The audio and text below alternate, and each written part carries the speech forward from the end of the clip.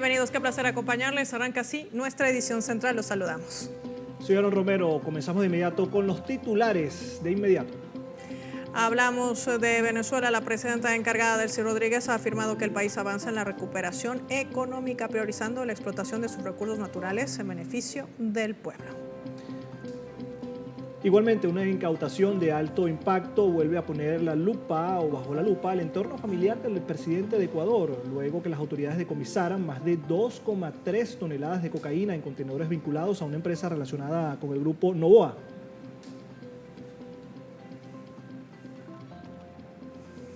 Y el pueblo estadounidense se mantiene en las calles rechazando la implementación de las políticas del inquilino de la Casa Blanca. Todo esto en vísperas de cumplirse un año en el poder en medio de un amplio rechazo social.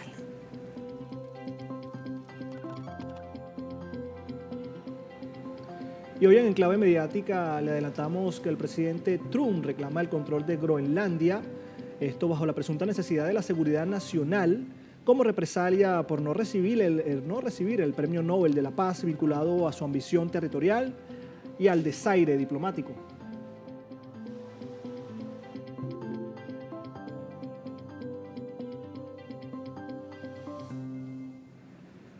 También tenemos actualidad deportiva a la mano, como siempre, nuestra querida Patricia Álvarez. Bienvenida. Gracias, Paola, qué gusto saludarte a ti y a Aarón aquí en la edición central para hablar precisamente sobre el acontecer deportivo.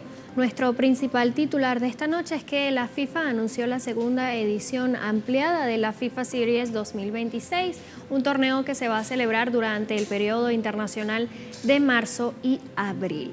Pero como ya lo sabes, los detalles de esta y otras informaciones se las vamos a contar más adelante.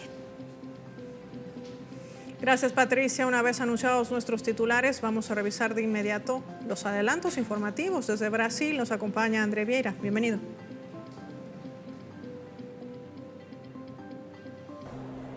El movimiento de los trabajadores rurales sin tierra de Brasil reúne a más de 3.000 campesinos en Salvador de Bahía en su 14º encuentro nacional, en un 2026 marcado por la invasión de Estados Unidos a Venezuela y también por un 2026 donde Brasil celebrará elecciones generales. Más detalles adelante aquí en Edición Central.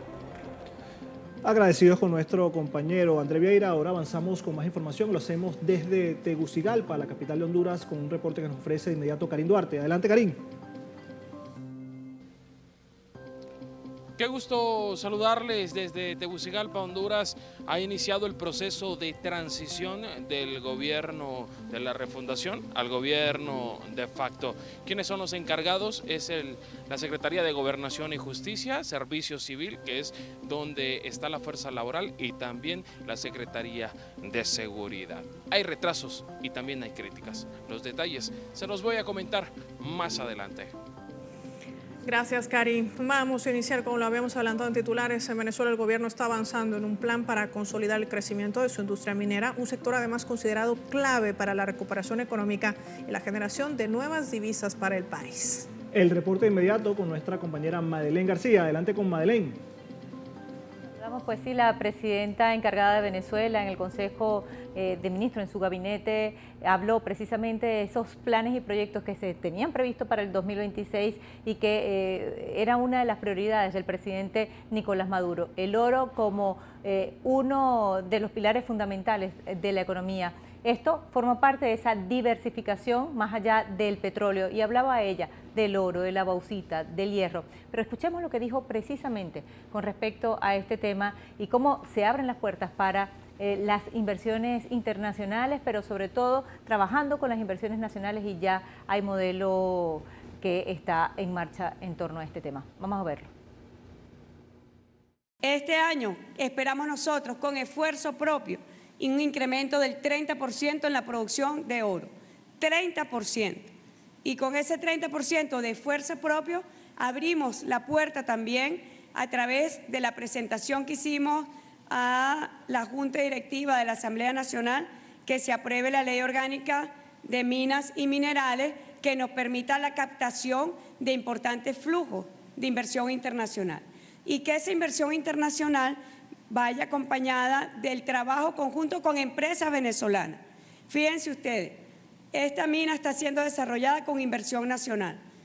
Saludo y felicitamos este esfuerzo del sector privado para, junto al Estado venezolano, sumar juntos en la producción de un mineral tan importante, tan estratégico como lo es el oro y una de las materias primas a nivel internacional, uno de los commodities más importantes que se revaloriza cada día. Es decir, la producción del oro sería parte de la economía del país como clave, además de la industria petrolera. Se está apostando al incremento de la producción de este mineral con otros minerales y riquezas de Venezuela para poder estabilizar el país y también para el desarrollo de la nación. Vamos a seguir escuchando. En trabajo conjunto, el esfuerzo de Venezuela por la recuperación y la estabilidad económica. Estos planes los estuvimos trabajando, sabe Héctor, lo estuvimos trabajando con el presidente Maduro el año pasado, un plan oro para incremento de la producción del oro, para el incremento de la producción de hierro, de bauxita, de los minerales estratégicos para el desarrollo industrial de Venezuela y también para la generación de divisas a nuestro país. Tenemos hoy importantes pases y yo quiero empezar con un pase al Estado Lara. Bueno, el Estado que vio nacer a mi padre, a mi madre, maestros venezolanos, y allí estamos reactivando una planta de acería, el Complejo Siderúrgico Nacional, planta de acería Barquisimeto. Es importante resaltarlo. Lo que en el pasado eran las riquezas para las oligarquías, hoy es la riqueza para el pueblo venezolano. Son nuestros recursos naturales para el pueblo venezolano, para su bienestar. Pero este dato es sumamente importante. El crecimiento de la producción del oro del año pasado, del 2025, estuvo ubicado en 81%. Seguimos escuchando a la presidenta encargada. Yo quisiera compartir algunos números, lo que fue la producción de oro Calixto en el año 2025. 9.5 toneladas de oro produjimos. El sector privado tuvo un crecimiento del 81% y el sector privado 34.8% y el sector público de 81%. ¿Qué estamos buscando nosotros ahora?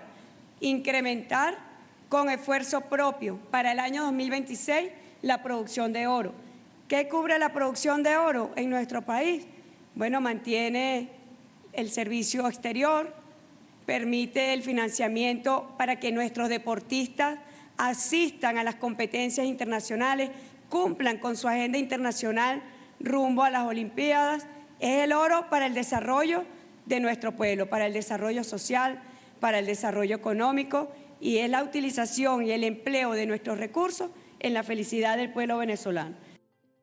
Rescato lo que dijo la presidenta encargada. Con esfuerzo propio en el 2026 se estará trabajando en el incremento de la producción del oro, del hierro. ¿Y para qué va esto? Para el desarrollo nacional, para los deportistas, dijo también para el servicio de extranjería, es decir, de la Cancillería de Venezuela y otros planes de desarrollo del país, pero sobre todo para enfocado a estos términos que habló la presidenta encargada. Pero paralelamente a esto también se llevó a cabo hoy la rueda de prensa del Partido Socialista Unido de Venezuela, hablando de diferentes agendas, la agenda de la movilización. El primer objetivo es la liberación, lograr la liberación del presidente Nicolás Maduro. Para eso, desde hace 17 días, que se cumplen el día de hoy, del secuestro del mandatario venezolano con su esposa Cilia Flores, que están secuestrados allí en Estados Unidos, ha habido una movilización permanente en las calles, ha habido actividades de todo tipo. Por ejemplo,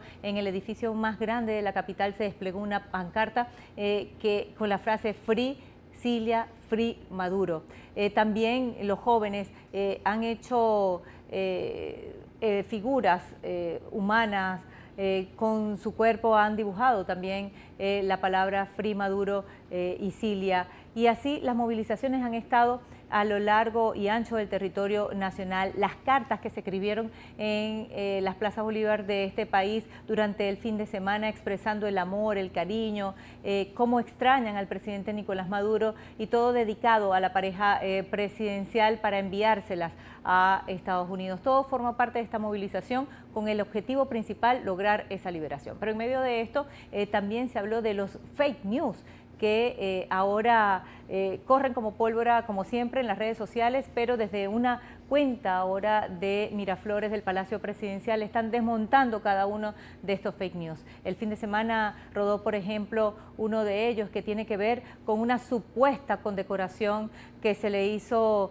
en la foto se refleja como si la presidenta encargada estuviera condecorando nada más y nada menos que al director de la CIA, es decir, al mismo agresor. Esto está súper alejado de la realidad. Y vamos a escuchar a Diosdado Cabello con respecto a este tema.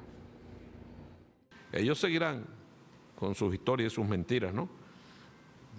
Uno se queda sorprendido porque no tienen escrúpulos de ningún tipo. Ponen a un oficial venezolano poniendo una condecoración al jefe de la CIA y después sobre esa mentira ellos hacen comentarios y hacen videos y los reproducen y lo lanzan para el mundo, ¿ves? Entonces el que está, por ejemplo, qué sé yo, en España, dice, condecoraron al de la CIA, mira. Uno tiene que salir a desmentir una cosa de esas tan absurda como quien sacó la noticia. Otros dos fake news que rodaron el fin de semana, por ejemplo, es que Diosdado Cabello conspiró desde hace 2 meses y pactó con Estados Unidos antes del ataque para secuestrar al presidente Nicolás Maduro. Completamente falsos, otro fake news. Y otro de las cosas que también están tratando de montar en las redes sociales es el expediente vinculando ahora a la presidenta encargada, Delcy Rodríguez, supuestamente con el narcotráfico. Así comenzó todo con el presidente Nicolás Maduro, con el comandante Hugo Chávez, y la historia concluyó con el secuestro y el bombardeo. Es decir, están atajando a tiempo todas estas falsas narrativas para poder defender la verdad. Y en el caso ahora de la presidenta encargada Delcy Rodríguez, así comenzó esta escalada de agresión. En ninguno de los puntos, por ejemplo, nunca se había mencionado a Delcy Rodríguez dentro de la DEA o dentro de algún informe. Es completamente falso y forma parte de esta misma narrativa para poder agredir al país y en este caso manchar la figura de la mandataria encargada de Venezuela, mientras el presidente Nicolás Maduro está secuestrado precisamente con toda una narrativa que se ha creado décadas y décadas en este país. Así que nosotros vamos a seguir muy atentos de lo que ocurra acá en Venezuela para seguirles informando.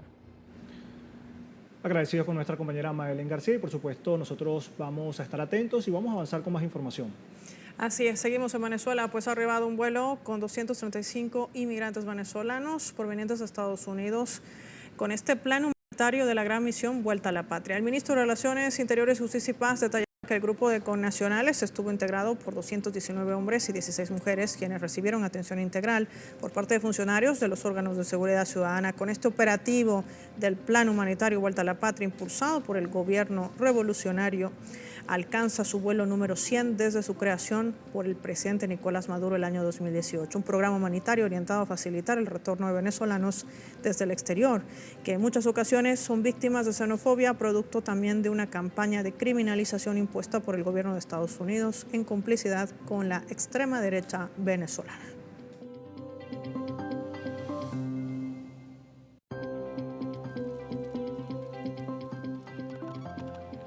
Igualmente, el gobierno de Venezuela homenajeó a los 32 combatientes cubanos caídos durante la agresión militar ilegal de Estados Unidos contra esta nación suramericana ocurrida el pasado 3 de enero, declarándolos mártires y héroes de la patria. Desde Caracas, nuestra compañera Michelle Ramírez nos cuenta los detalles. La sede de la Embajada de Cuba en Caracas fue el escenario del homenaje rendido a los 32 combatientes cubanos caídos durante la agresión militar ilegal de Estados Unidos contra Venezuela. Yo no sé lo que es el destino, caminar Este homenaje incluyó la entrega del proyecto de acuerdo aprobado por la Asamblea Nacional de Venezuela que contempla declarar mártires y héroes de la patria a los 32 soldados cubanos. Considerando que es responsabilidad histórica de esta Asamblea Nacional honrar la memoria de quienes cayeron en combate, así como el sacrificio de ciudadanas y ciudadanos que habitaban en las zonas directamente afectadas por el criminal ataque armado extranjero y ofrendaron la vida como víctimas inocentes de la agresión, dejando testimonio del dolor que recae sobre el pueblo y reforzando la conciencia colectiva sobre el deber de proteger la paz y la integridad de la nación. En este acuerdo aprobamos, primero, declarar héroes y mártires de la patria a todos los caídos durante la defensa del territorio venezolano el pasado 3 de enero del 2026. Y es un homenaje a todos los caídos, particularmente a los 32 héroes cubanos que con su valentía, con su lealtad y con su vida han honrado el sueño de Martí, el sueño de Bolívar de la patria grande, pero que hoy es una realidad y es imprescindible y es una necesidad fundamental para el destino de nuestras patrias, la unidad de los pueblos. Las autoridades venezolanas presentes en el encuentro manifestaron su agradecimiento con el pueblo y gobierno de Cuba por el heroísmo de sus soldados en defensa de la nación sudamericana. Cambió la bata por el fusil para defender los mismos ideales de Bolívar y los mismos ideales de Martí, los mismos ideales de Fidel y los mismos ideales de Chávez, los mismos ideales de Díaz-Canel y los mismos ideales del presidente Nicolás Maduro, hoy secuestrado por el imperio norteamericano junto con la compatriota Cilia Flores. Yo sencillamente, en nombre de nuestro pueblo, en nombre de los gobernadores del Táchira, decirle gracias, gracias, gracias eterna. En simultáneo, las autoridades cubanas ratificaron los lazos de amistad y cooperación con Venezuela frente a la escalada de agresiones de Washington contra Caracas. Todos los cubanos le decimos a la patria de Bolívar y a la patria de Chávez y de Nicolás, denos Venezuela en qué servirla. Ella tiene en todos y cada uno de los cubanos a sus propios hijos.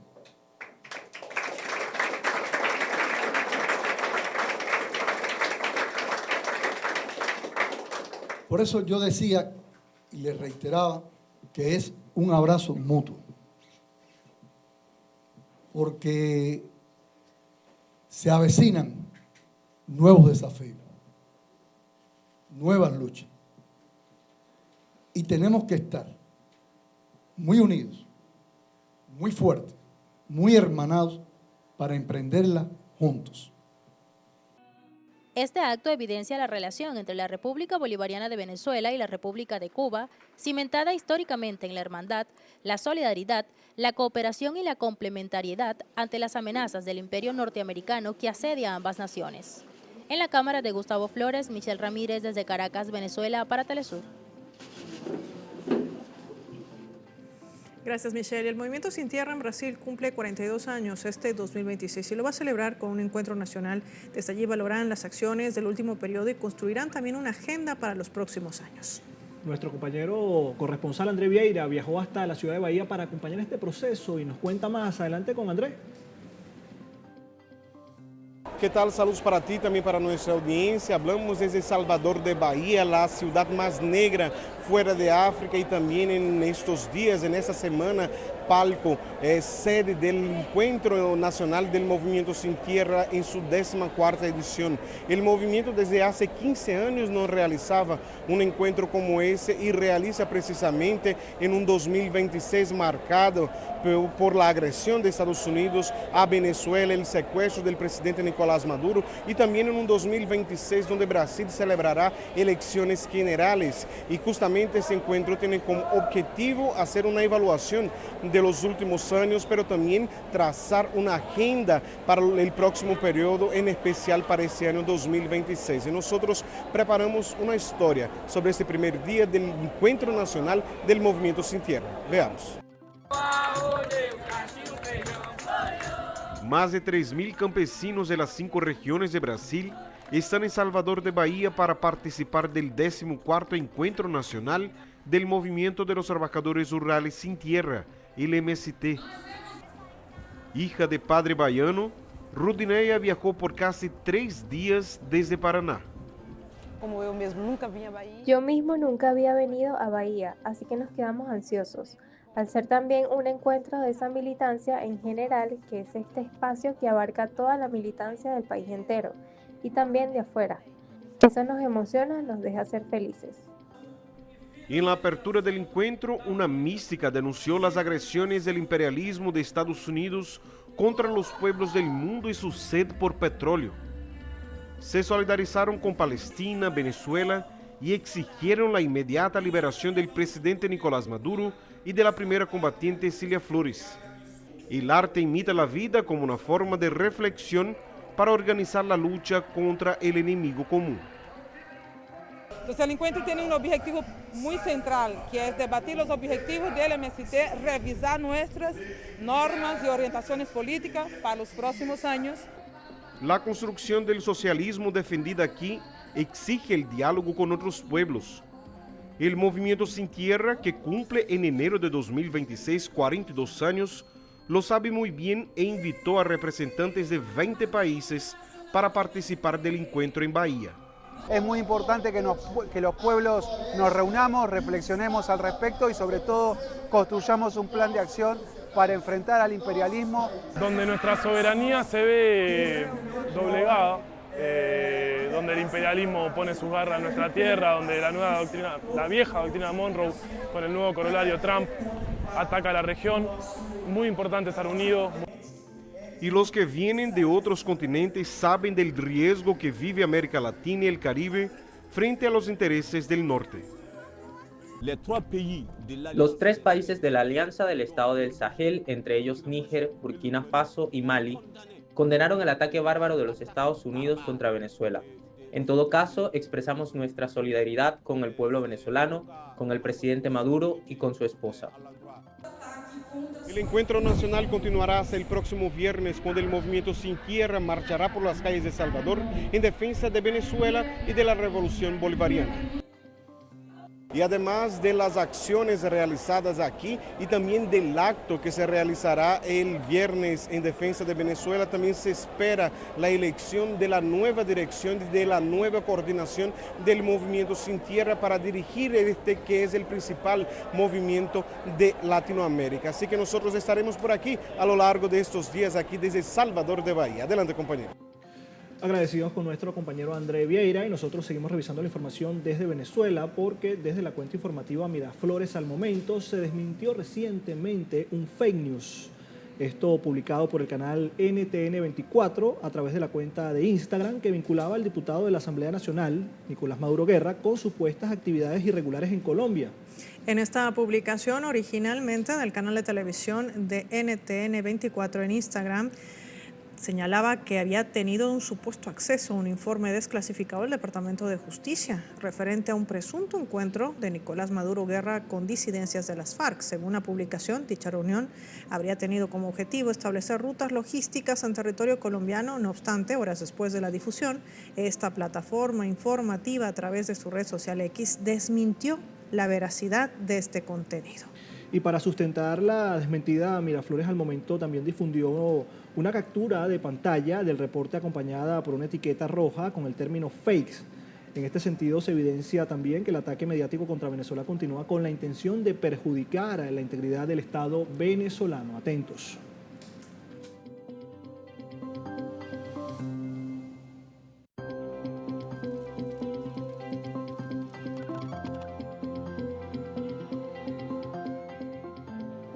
Y Colombia afrontará sus elecciones presidenciales en los próximos 4 meses y según las más recientes encuestas favorecen al candidato de la izquierda, Iván Cepeda, seguido por el aspirante de la ultraderecha, que está marcando también el ritmo de un nuevo mapeo político en ese país. Los detalles a través del informe que ha preparado nuestro corresponsal desde la capital, desde Bogotá, Hernán Tovar. En mayo, los colombianos acudirán a las urnas para elegir su próximo presidente. La más reciente encuesta publicada por medios privados da una ventaja en la intención de voto para el ahora senador Iván Cepeda, candidato de la izquierda con un 30%, seguido por el aspirante de la derecha Abelardo de la Espriella con un 22%. un porcentaje grande de la votación, que va punteando en las encuestas, que tiene la mayor probabilidad en casi todos los escenarios de segunda vuelta, versus un polo de un outsider más cercano a la extrema derecha, al tipo de candidatos que se ha promovido desde los sectores, vamos a llamarlos de esta nueva derecha populista en América Latina, que es muy de respuesta fácil, poco proclive al Estado de Derecho y al cumplimiento de ciertas normas, especialmente al control de poderes, y que buscan como recrear la misma figura, ¿no? Todos los candidatos se parecen a Bukele, todos los candidatos se parecen a Milei, si no es el tigre es el león, y si no pues es cualquier otro felino que esté desocupado en el momento para realizar la imagen de candidatura. Del 80%. La proyección de votación, que actualmente favorece al candidato de izquierda y al partido de gobierno, el Pacto Histórico, responde, según analistas, a que una parte amplia de la sociedad colombiana sigue apostando a una política de consolidación y profundización de las transformaciones sociales, olvidadas por anteriores gobiernos de derecha. Lo que no es menos importante. Lo cierto es que el país está polarizado. La altísima favorabilidad que tiene Iván Cepeda demuestra el éxito del gobierno del cambio y que la mayoría de los colombianos siguen apoyando la propuesta de un cambio profundo en Colombia, y el aumento de Abelardo de la Espriella como candidato de la ultraderecha también revela que hay un sector de la sociedad profundamente refractario a esos cambios, que ven en la figura de Álvaro Uribe y en este caso de Abelardo de la Espriella alguien que puede interpretar sus miedos y sus temores frente a los cambios que se están presentando. Las alertas sobre el tema nuevamente se enfocan en el origen de las propias encuestas, pues no es nueva la estrategia de hacer uso de este tipo de instrumentos obedeciendo a dinámicas ideológicas de agendas asociadas a las clases dominantes, que pueden estar presionando en este contexto a su electorado. Las encuestadoras saben que son aparatos de formación de ideología y de opinión, y en ese sentido deben también obedecer a una agenda. Lo que hay que preguntarse es cómo le conviene a la extrema derecha que Iván Cepeda aparezca con tanta ventaja en las encuestas. Es decir, hay que leer estas encuestas no solamente como algo informativo, sino también como un reflejo de las intenciones políticas de los sectores que dominan a estas casas encuestadoras y que les interesa implementar un determinado marco de interpretación. Por ahí decía. Este es el panorama que se vislumbra para las próximas elecciones presidenciales en Colombia, cuya primera vuelta está programada para el próximo 31 de mayo del presente año. ¡Viva Iván Cepeda! Hernán Darío Tobar Gaitán, Telesur, Bogotá, Colombia. Por este encuentro aquí en la Plaza 20 de Julio, con el doctor Iván Cepeda. Agradecidos con nuestro compañero Hernán Tobar. Con esto vamos a hacer una pausa y al regreso le comentamos que durante la jornada del domingo el ministro de Seguridad Pública de Chile, Luis Cordero, confirmó la cifra de personas fallecidas durante los incendios, que se mantienen en 19, y más de 1.500 las personas que también se registran como damnificadas. Los detalles al regreso.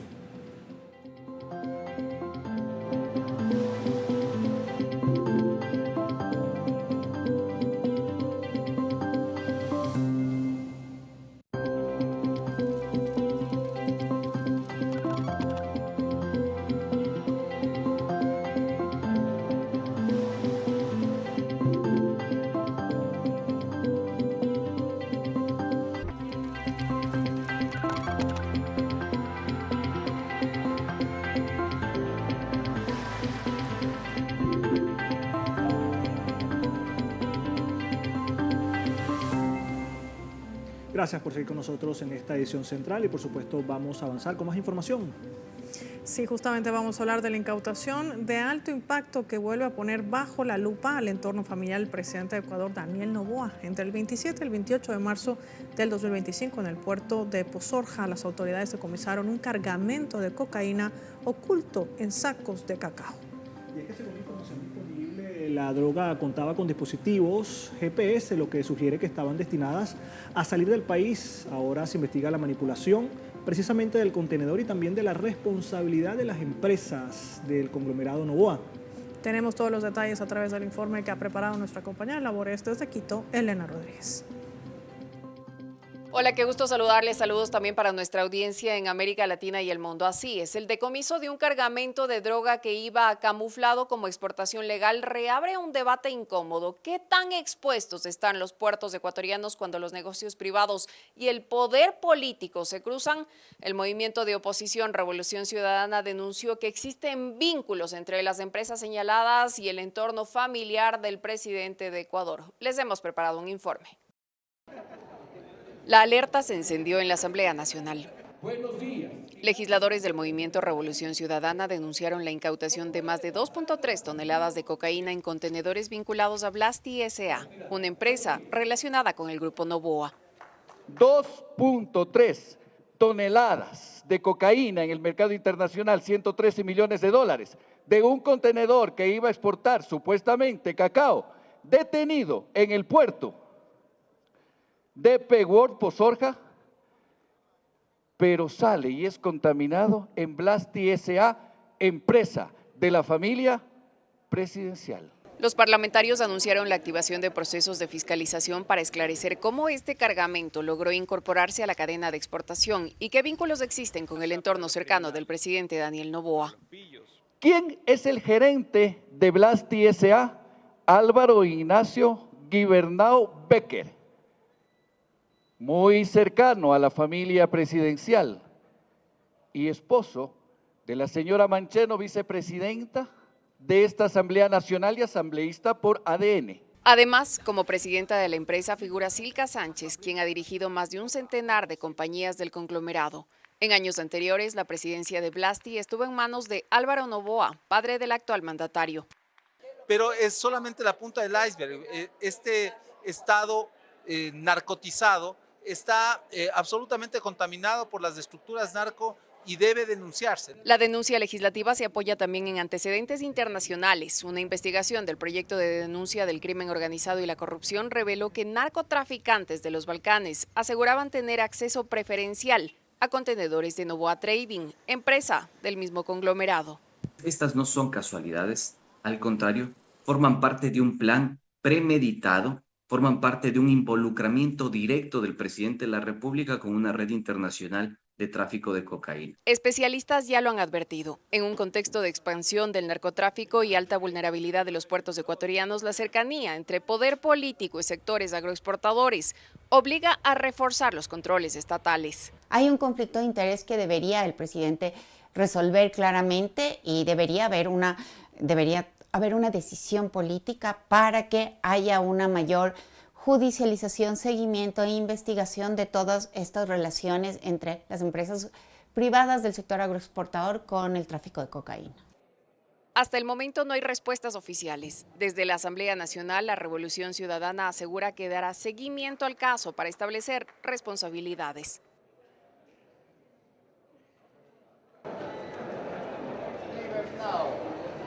Mientras avanzan las denuncias y crece la presión por explicaciones, el caso vuelve a poner en el centro una pregunta clave para el país. ¿Quién controla realmente las rutas por donde sale Ecuador al mundo?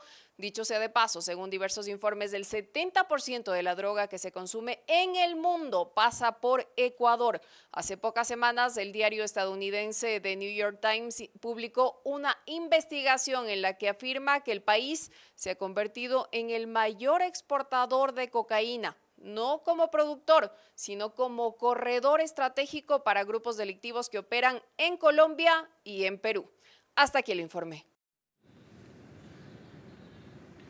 Agradecidos con nuestra compañera Elena Rodríguez. Y seguimos en Bolivia porque casi el 20% de los miles de candidatos para alcaldías y gobernaciones que se elegirán en marzo próximo tienen sentencia ejecutoriada por violencia intrafamiliar, lo que los inhabilita para continuar en carrera. El Tribunal Electoral decidirá caso por caso. Los detalles inmediatos con nuestro corresponsal Freddy Morales. De más de 2.000 candidatos a alcalde y consejo municipal, y gobernadores y asamblea legislativa, casi un 20% tiene sentencia ejecutoriada por violencia familiar, según un estudio de la Coordinadora de la Mujer. Nos debe llamar la atención que alrededor del 12,8% de candidatos a concejales han sido deshabilitados porque tienen tienen una sentencia ejecutoriada por temas de violencia en contra de las mujeres. Imagínate los que todavía no tienen sentencias. Siguen estando en carrera en ese espacio y muchísimo más quienes hacen o están en función pública. La Ley de Organizaciones Políticas del país determina que en todos los casos, quienes incurren en violencia contra la mujer no pueden optar a cargos por elección. Uno de los datos que nos han salido y que esperamos que el órgano electoral haga cumplir es que, por ejemplo, hay más o menos un 6% de candidaturas de alcaldes que tienen denuncias y sentencias de violencia, y en el caso de concejalías y asambleístas departamentales, alrededor del 12,8, un 13%, ¿no? de quienes están en carrera, de quienes han estado en carrera, sí ha sido uno de los criterios para deshabilitar esas candidaturas. El Tribunal Supremo Electoral confirmó que existe un alto número de candidatos inhabilitados por violencia intrafamiliar y otras irregularidades, pero que muchos de ellos han apelado para continuar en carrera. Tenemos un número de esos casos que han sido inhabilitadas y algunos de esos casos han apelado. Esos casos los vamos a conocer el día de mañana en sala plena.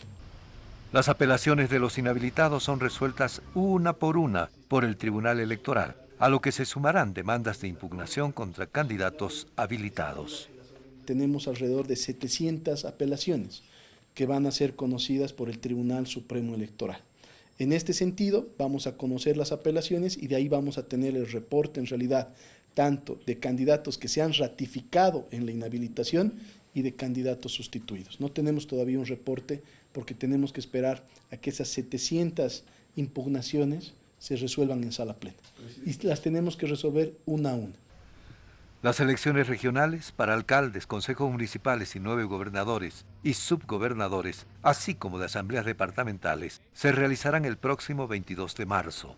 Oficialmente se informó que se deben elegir 4.962 nuevas autoridades regionales, tanto titulares como suplentes, que ejercerán por 5 años. Freddy Morales, Telesur, Bolivia. Y a propósito de Bolivia, violentando la libertad de información, postea también el expresidente Evo Morales Saima a través de su cuenta en la red social X, señalando que cumpliendo instrucciones del gobierno de Estados Unidos y vulnerando de manera flagrante los derechos a la información y a la comunicación del pueblo boliviano, el gobierno ha decidido censurar a las cadenas internacionales Telesur y Actualidad RT. Este hecho constituye un grave atentado, dice Morales, contra la constitución política del Estado y una muestra clara de sumisión y falta de dignidad.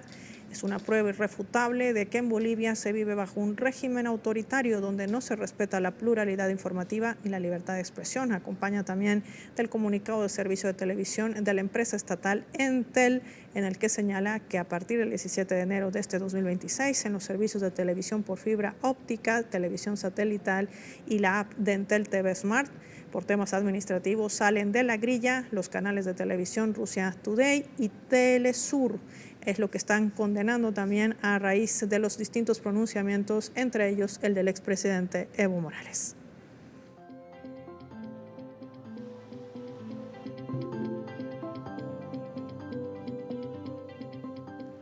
Revisamos otras informaciones porque este domingo el ministro de Seguridad Pública de Chile, Luis Cordero, confirmó que la cifra de personas fallecidas en los incendios se mantiene en 19 y más de 1.500 personas se registran como damnificadas. En la última actualización entregada por el Gobierno Nacional, que ha calificado el incendio como un evento extremo que equivale en términos de intensidad a los que se han producido en los años 2017, 2023 y 2024, informó que 18 de los fallecimientos ocurrieron en Biobío, 1 en Ñuble. Y hasta ahora esas son las 2 regiones más afectadas y donde se reporta fuego activo hasta el momento. La autoridad también ha confirmado 630 personas en albergues, 350 viviendas completamente destruidas y 1.000 viviendas en evaluación. De hecho, hasta ahora, según la directora nacional del Servicio de Prevención y de Respuesta ante Desastres del CENAPRE, Alicia Cebrán, ha confirmado 23 incendios forestales que están en combate.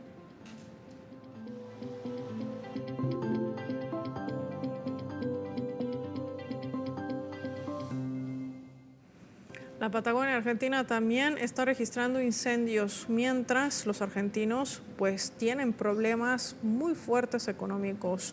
Fabián Restivo más temprano nos enviaba este reporte hablando acerca de esta situación que aqueja sobre todo en esta época de verano, tomando en cuenta que el poder adquisitivo se reduce y esto impide que ellos puedan tener una mejor calidad de vida. Vean esto.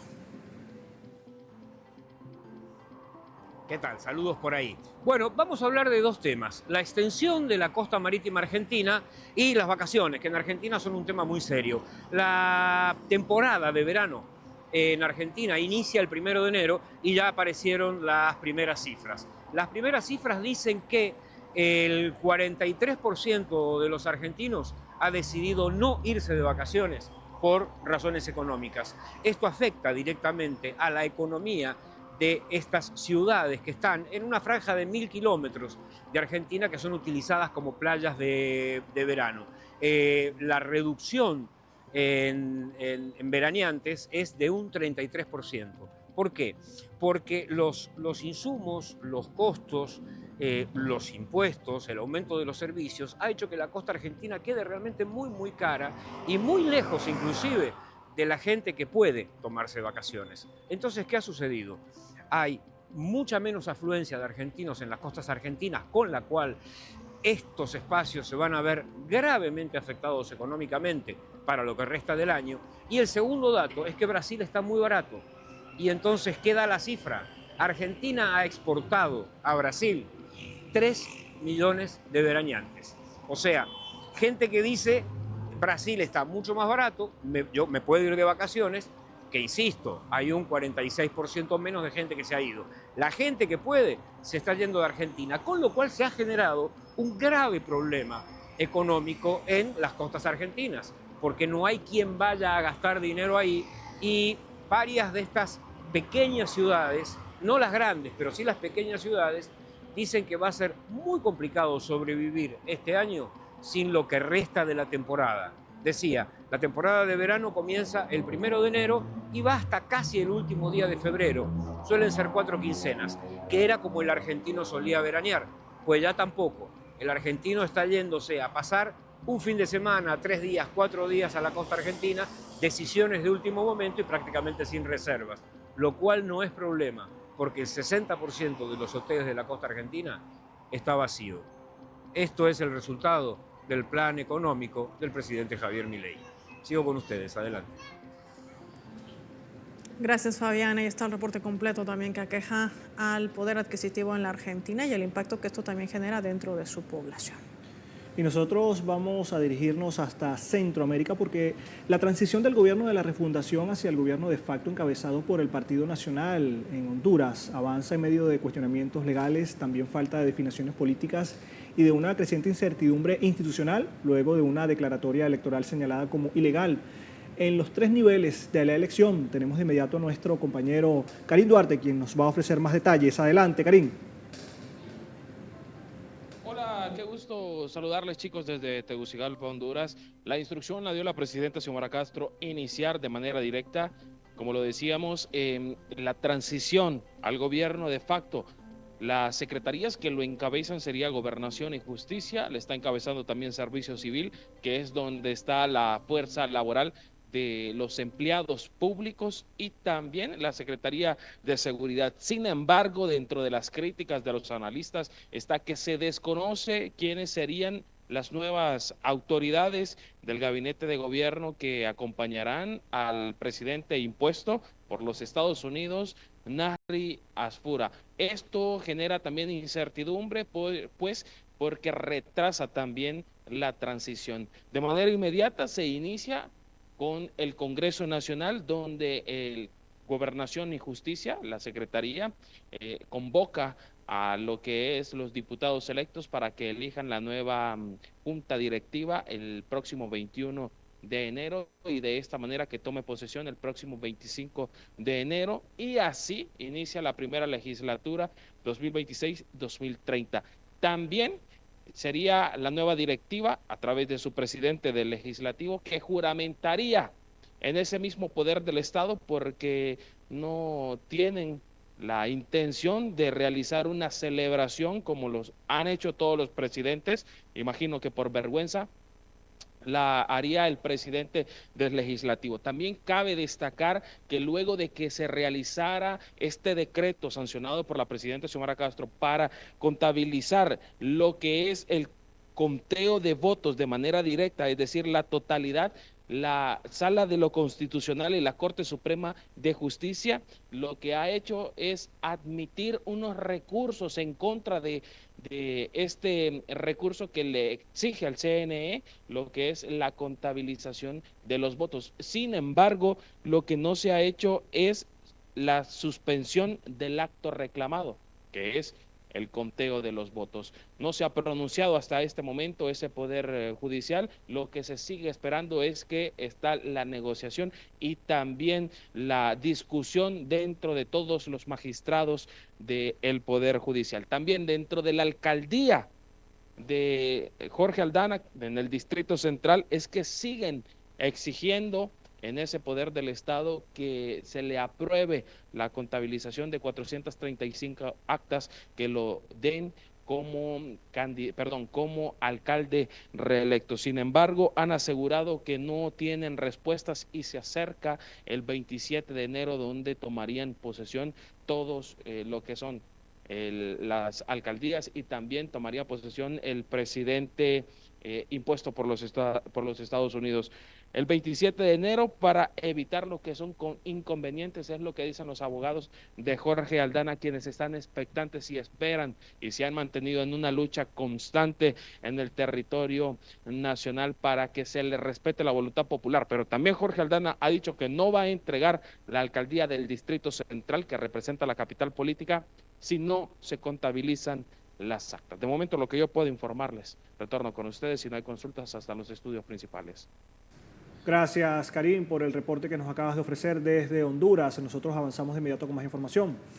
Vamos a hablar que durante el fin de semana un avión militar de Estados Unidos habría aterrizado en este aeropuerto civil de Toluca. Esto en México, lo que ha generado también distintas reacciones en torno sobre todo de la derecha, de la oposición en ese país. De inmediato tenemos un reporte con nuestro compañero Henry Camelo. Adelante con Henry.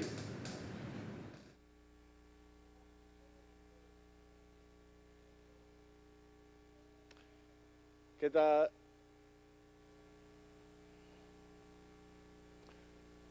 Aarón, ¿qué tal? Muy buenas noches para ti, la teleaudiencia de Telesur. Paola, ¿qué tal?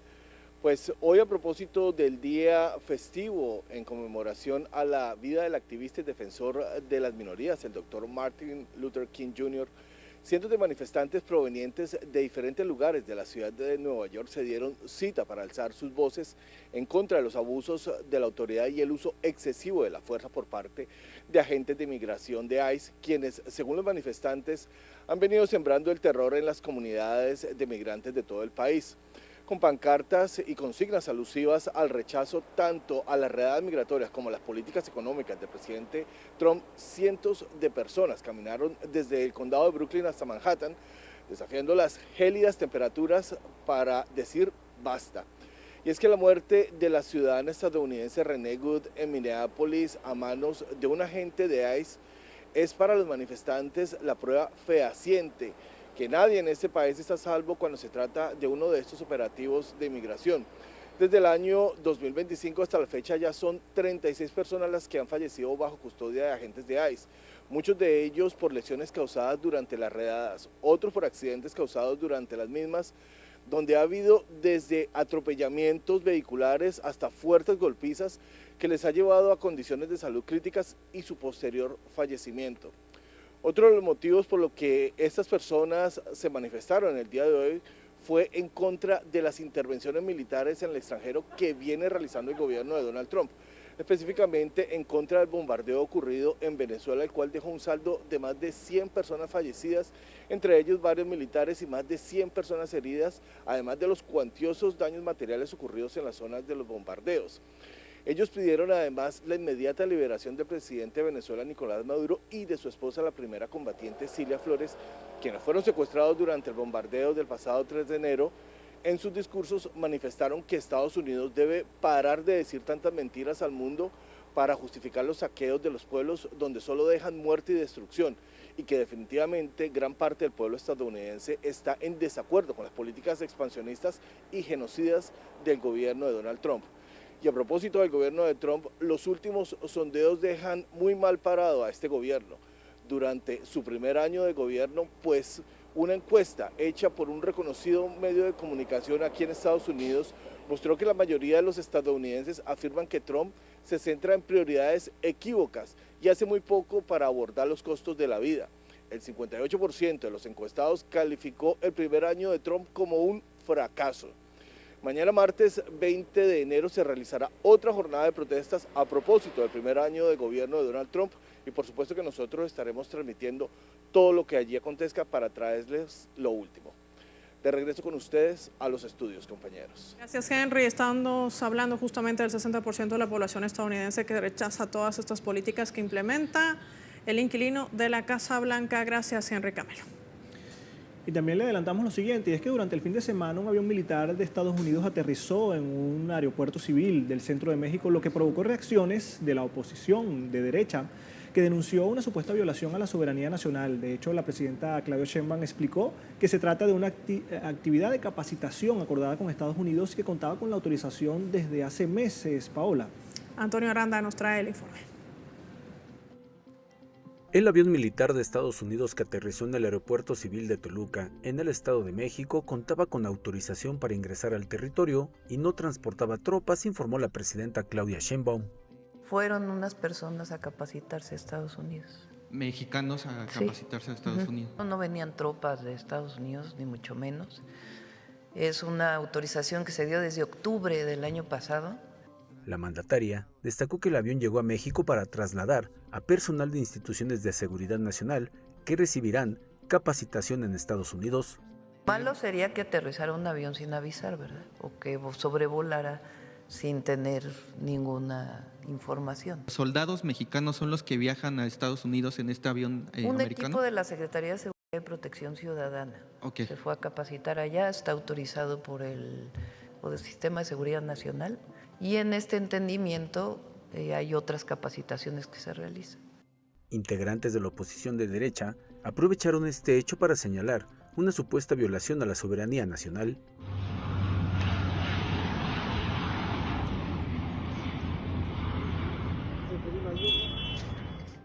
Especialistas consideran que este tipo de colaboración entre México y Washington es habitual en el marco de los acuerdos de seguridad binacional. Son ejercicios comunes en el marco de la cooperación internacional. Siempre que haya pues transparencia, se le va a disminuir el apetito político de grupos opositores. Entonces es importante que la comunicación entre los dos actores del ejecutivo de cada país sea lo más transparente posible. Otros especialistas señalan que estas acciones de Estados Unidos pueden tener un componente de presión en la agenda de seguridad, por lo que es clave mejorar la comunicación para evitar tensiones políticas. Que se trate de maniobras con el objeto de presionar al gobierno de México, porque los Estados Unidos saben que todo este tipo de actividad de inmediato se reportó en los medios de comunicación. Me parece que los norteamericanos quisieron hacerlo patente, tangible. De no haber querido, no lo habríamos notado. Respecto a la notificación de la Administración Federal de Aviación sobre una situación potencialmente peligrosa en el espacio aéreo del Pacífico, incluido el mexicano, la presidenta Sheinbaum reiteró que no se han registrado sobrevuelos de aviones militares estadounidenses en territorio nacional. Antonio Aranda, Telesur, Ciudad de México. Agradecidos con nuestro compañero Antonio Aranda. Con esto vamos a una pausa, pero al volver en enclave mediática, Trump, el presidente estadounidense, dice que el control de Groenlandia se hace bajo la presunta necesidad de seguridad nacional y esto también como represalia por no recibir el Nobel de la Paz, vinculando su ambición territorial al desaire diplomático. No se vaya.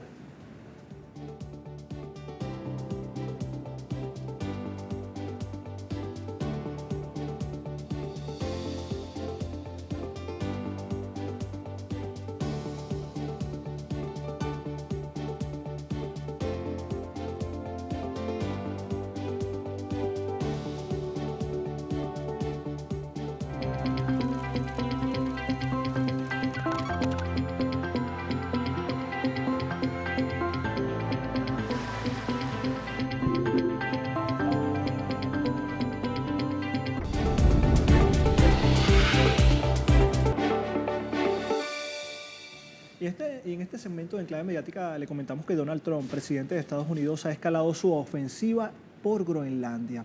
Tras no recibir el Premio Nobel de la Paz 2025 en una carta al primer ministro de Noruega, el mandatario estadounidense vinculó el desaire con su exigencia del control total sobre la isla por presunta seguridad nacional. Los detalles inmediatos en el siguiente material. Para la administración Trump, Groenlandia no es solo un territorio autónomo danés, sino una pieza estratégica indispensable en el tablero geopolítico actual. El presidente sostiene que la isla es vital para la seguridad nacional de Estados Unidos, citando su ubicación privilegiada en el Ártico y la necesidad de establecer una presencia militar y de vigilancia que contrarrestre la influencia de otras potencias globales en la región norte, como Rusia y China. La misiva enviada a Noruega ha causado estupor en los círculos diplomáticos europeos, ya que mezcla el prestigio de los galardones internacionales con ambiciones territoriales que Dinamarca ya rechazó en el pasado. La insistencia de Washington en el control de Groenlandia amenaza con tensar las relaciones dentro de la OTAN. La vinculación de este conflicto con el Premio Nobel marca un precedente inusual en la política exterior. Por otra parte, Trump anunció recientemente la imposición de aranceles del 10% a 8 naciones europeas, incluyendo a Dinamarca, Alemania, Francia y el Reino Unido, como represalia directa por el envío de contingentes militares a Groenlandia, lo que convirtió en un rechazo colectivo. El uso o la amenaza de aranceles contra los aliados de esta manera es completamente incorrecto. No está justificado y es contraproducente. Europa ha manifestado su intención de defender la soberanía de Groenlandia, cuyo futuro depende de la voluntad de su pueblo. Por ello, las tensiones crecen cada día más, ya que la OTAN no está preparada para un ataque dentro de los países miembros, lo que podría significar el fin del bloque. Revisamos de inmediato más información a través de los portales informativos. Comenzamos entonces con Telesur. Allí lo vamos a tener entonces. ¿Qué dice? Trump insiste, allí lo tienen, en control total de Groenlandia tras no recibir Premio Nobel de la Paz. De hecho, afirma en una misiva filtrada por el Consejo de Seguridad Nacional, el mandatario estadounidense afirmó que al supuestamente haber detenido 8 guerras merecía este Premio Nobel de la Paz, y que al no recibirlo, irónicamente, dice que ya no se siente obligado a pensar únicamente en la paz. Por su parte, el gobierno de Noruega aclaró que el premio Nobel es una decisión independiente y que no aceptará presiones que vulneren la integridad territorial de sus aliados frente a la retórica expansionista de la Casa Blanca. También revisamos de inmediato el portal de la Iguana TV, comparte la siguiente información, ya la tenemos ahí desplegada. Trump anunció aranceles a países de la OTAN que enviaron sus militares a Groenlandia. Afirma que Trump decidió castigar a Europa con aranceles del 10% sobre todos los productos enviados a Estados Unidos, específicamente a los países que enviaron ayuda militar a Groenlandia en medio de las amenazas del presidente Trump, quien también precisó que el arancel se incrementará al 25% hasta el 1 de junio de 2026. Tenemos también la reacción de Europa, la vemos en el siguiente portal. BBC News dice: Europa no se dejará chantajear, los líderes europeos responden con contundencia a los aranceles de Trump por Groenlandia. De hecho, desde Francia, el presidente Emmanuel Macron dijo que su país mantiene el compromiso con la soberanía e independencia de las naciones y aseguró que ninguna intimidación ni amenaza influirá en ellos. Y el primer ministro británico, Keir Starmer, también describió la amenaza de Trump como completamente errada, reafirmando también el derecho de los groenlandeses por la defensa de su soberanía y la responsabilidad de su futuro.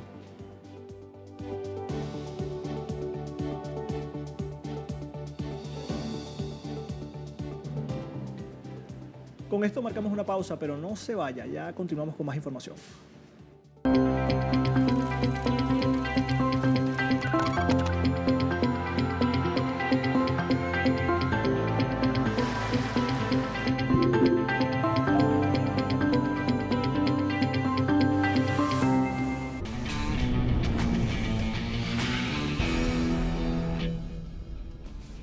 ¿Qué tal? Qué gusto saludarlos nuevamente aquí en la edición central para hablar sobre el acontecer deportivo. Iniciamos contándoles que la FIFA anunció la ampliada segunda edición de la FIFA Series 2026, confirmando las selecciones que participarán en el torneo que se va a celebrar durante el periodo internacional de marzo y abril.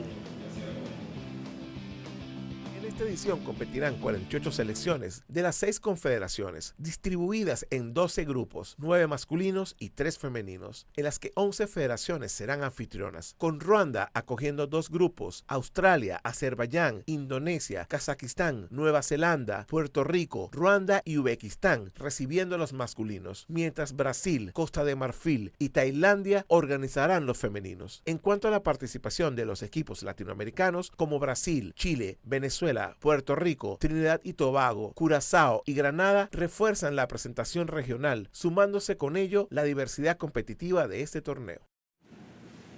Y por otro lado, este martes regresa a la Liga de Campeones de Europa para iniciar con la 7ª jornada de la fase de liga, donde tendremos choques como el estelar encuentro entre el Inter de Milán y el Arsenal.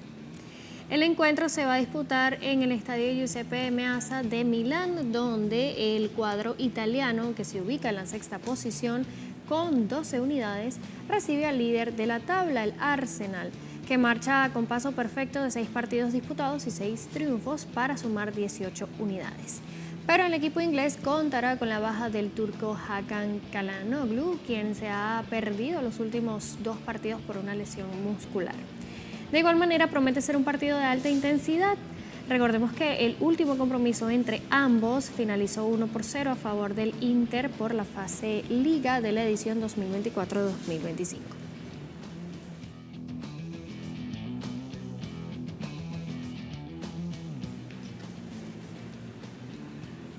Y en otros partidos de la jornada, Khairat Almaty recibe al Club Brujas.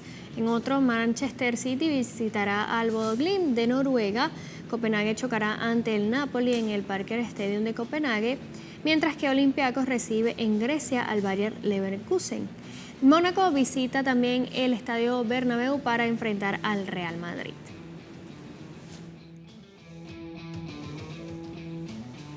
Otro partido que también promete goles es el del Sporting, que recibe al vigente campeón Paris Saint-Germain, mientras que Tottenham jugará en Londres ante el Borussia Dortmund, y finalmente el Ajax visita el Estadio de la Cerámica para enfrentar al Villarreal.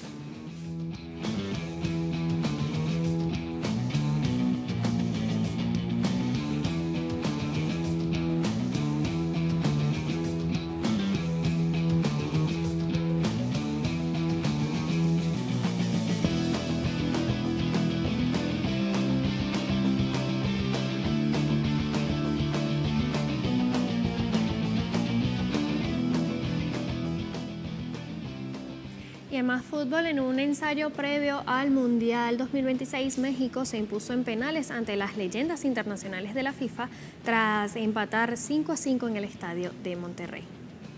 El juego de exhibición reunió a figuras históricas como Xavi Hernández, Cafú, Del Piero y Patrick Kluivert, que frente a referentes mexicanos como Palencia, El Matador Hernández y Marco Fabián. El encuentro sirvió para probar protocolos de seguridad rumbo a la Copa del Mundo y dejó un espectáculo con goles en ambas mitades, incluido el empate final de Fabián, que llevó a la definición por penales. México ganó 3-2 desde el punto penal y celebró ante su público en el Gigante de Acero de Monterrey, sede que, por cierto, albergará 4 partidos oficiales del Mundial 2026.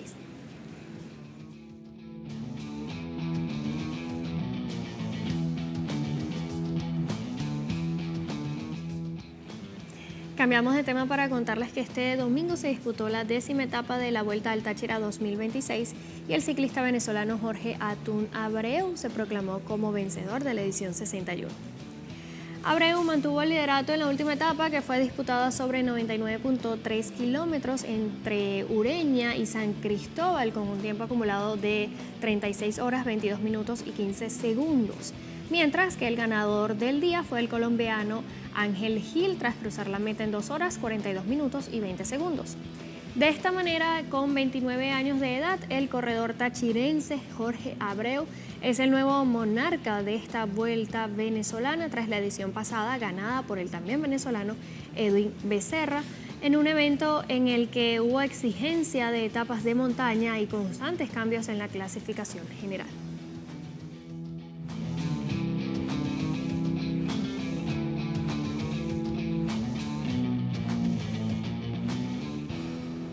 También les contamos que la ciudad de Madrid, en España, albergará nuevamente una edición de los premios Larousse el próximo 20 de abril.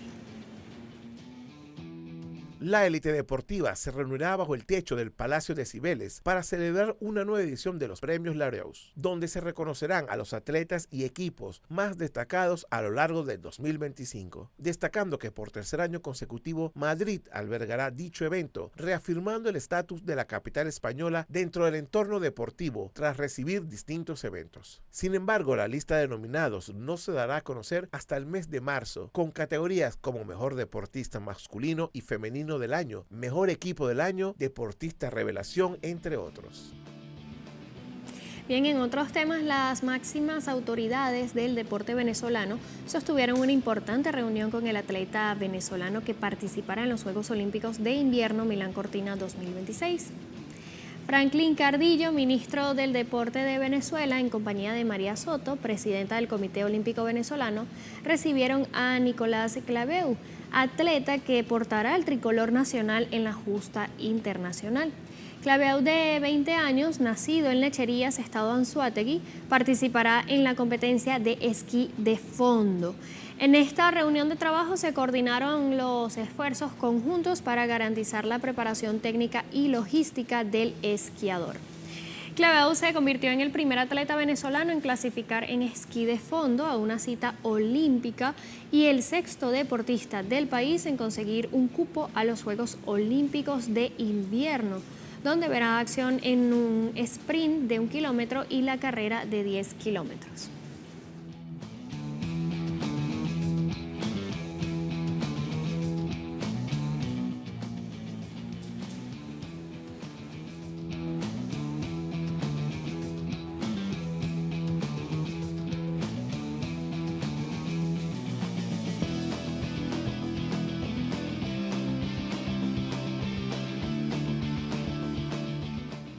Bien, de esta manera finalizamos el espacio deportivo aquí en la edición central. A ustedes, como siempre, gracias por acompañarnos. Sigan en sintonía, que al regreso de la pausa, la información de la cultura.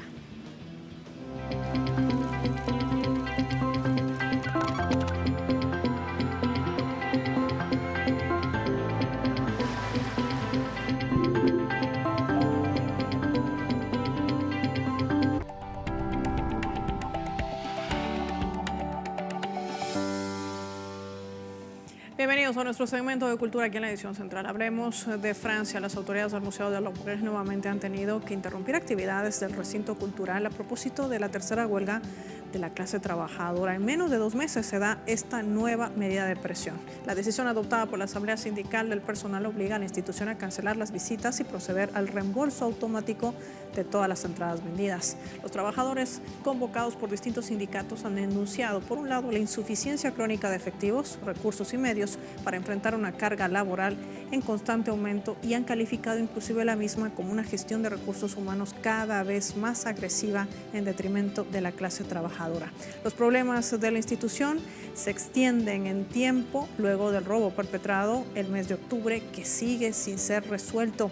A esto se suma el cierre de galerías debido a los daños en infraestructuras, además de filtraciones que, según la propia administración, afecta a más de 300 obras y documentos. Ya la ministra de Cultura, Rachida Dati, anunciaba una misión especial para reorganizar, dijo, lo que es parte de este museo emblemático de Francia.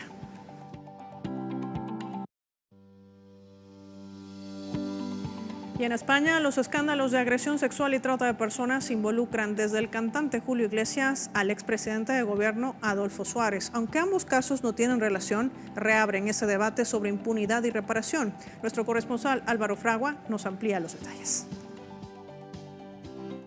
La Fiscalía investiga la denuncia de 2 mujeres contra Julio Iglesias por agresión sexual. Los hechos habrían sucedido entre enero y octubre de 2021 y podrían constituir trata de seres humanos con fines de trabajo forzado y servidumbre, así como delitos contra la libertad e indemnidad sexuales, lesiones y vulneraciones de derechos laborales. Poder ser escuchadas por la Fiscalía es un paso muy importante en la búsqueda de justicia de Rebeca y de Laura, y apreciamos que las autoridades están respondiendo de forma ágil ante este caso. Y la segunda es que la Fiscalía también ha otorgado a Laura y a Rebeca la condición de testigos protegidas. Laura, una de las denunciantes, tenía 22 años cuando trabajó para el cantante, él 77. Relata un entorno de control, intimidación y miedo en el que sentía que no podía hablar. Siempre decía como que si tú hablas mal de mí, nadie te va a creer, porque él era Julio Iglesias y tú eras don nadie. Rebeca, otra de las denunciantes, describe las agresiones sexuales en un contexto de coacción. Y yo le decía a él que yo no quería eso. Entonces, no, es que te va a gustar. Y yo, no, señor, no quiero. A lo que para mí eso fue muy doloroso. Para la jurista María Naredo, las denuncias llegan ahora porque ha cambiado la mirada social. Lo que antes se normalizaba como seducción, hoy se nombra como violencia. Las víctimas hablan cuando pueden, cuando el contexto social está amparando también ese relato, un relato de violencia y no un relato de galantería. No es el único caso. Una mujer ha denunciado al expresidente Adolfo Suárez por agresiones sexuales en los años 80. Aunque no haya recorrido penal porque Suárez falleció y los delitos habrían prescrito, colectivos feministas exigen la reparación simbólica y la retirada de honores públicos. A diferencia de otras víctimas que descansan cuando fallece, de alguna manera, descansan cuando fallece su agresor, ella, cuando falleció Adolfo Suárez, fue todo lo contrario, porque empezó a ver cómo los honores se reproducían, se repetían, cómo se le puso el nombre al aeropuerto, más recientemente una serie de televisión en la que se ensalza su figura. Mientras tanto, estos referentes del poder conservador son amparados por la derecha política y mediática.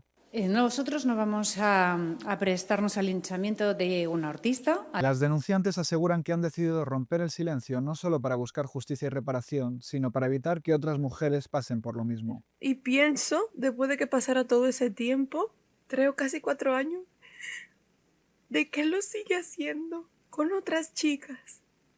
Y eso no me deja en paz. Romper el silencio es un acto colectivo. Cuando una mujer habla, otras la sostienen. Y solo así, desde la sororidad, nos cuentan, se puede empezar a desmontar un sistema patriarcal que durante demasiado tiempo protegía a los poderosos. Álvaro Fragua, desde Madrid para Telesur.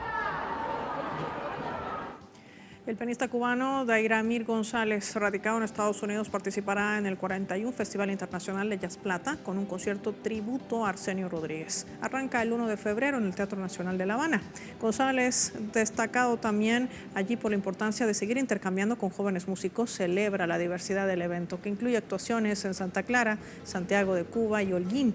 Además, compartirá escenario con el pianista estadounidense Christian Sanz y ofrecerá talleres en instituciones educativas como el Conservatorio Amadeo Roldán y la Escuela Nacional de Arte. Este festival, que se extiende del 25 de este mes al 1 de febrero, contará con artistas de más de 20 países.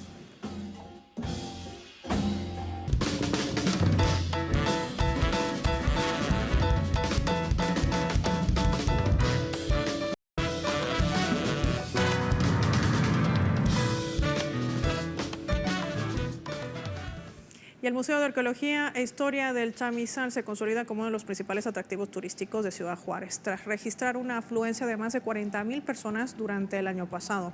A través del Instituto para la Cultura del municipio de Juárez se ha informado que este recinto combina la oferta de sus 6 salas permanentes con exposiciones temporales de artistas locales. Hablamos de festivales y actividades especiales que han ampliado también la gama de su público.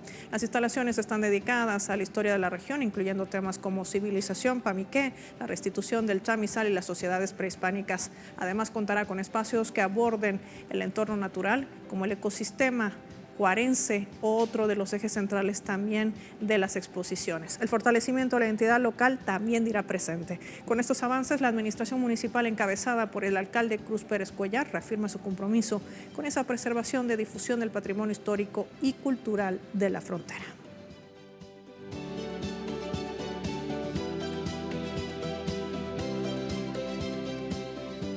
Más información desde México, pues se ha llevado a cabo una lectura colectiva a través de la iniciativa que se ha denominado Voces para Gaza. Allí se reunieron más de 50 poetas, periodistas, gestores con esta consigna: Viva Palestina Libre.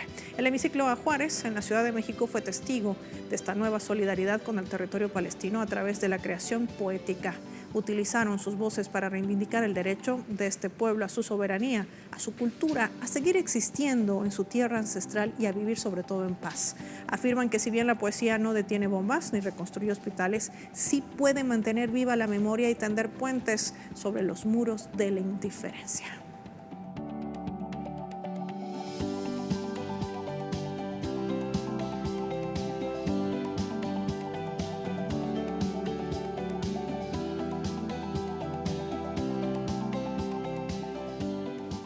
Y es que la cultura se sigue convirtiendo también en esa herramienta valiosa para la reivindicación y para la lucha de las causas justas, como lo hace a favor del pueblo palestino, donde Israel sigue masacrando a más de 71,000 gazatís, más de 40,000 de ellos siguen siendo niños. Usted puede encontrar estas y otras informaciones también a través de nuestra multiplataforma. Finaliza así nuestra edición central. Gracias por acompañarnos.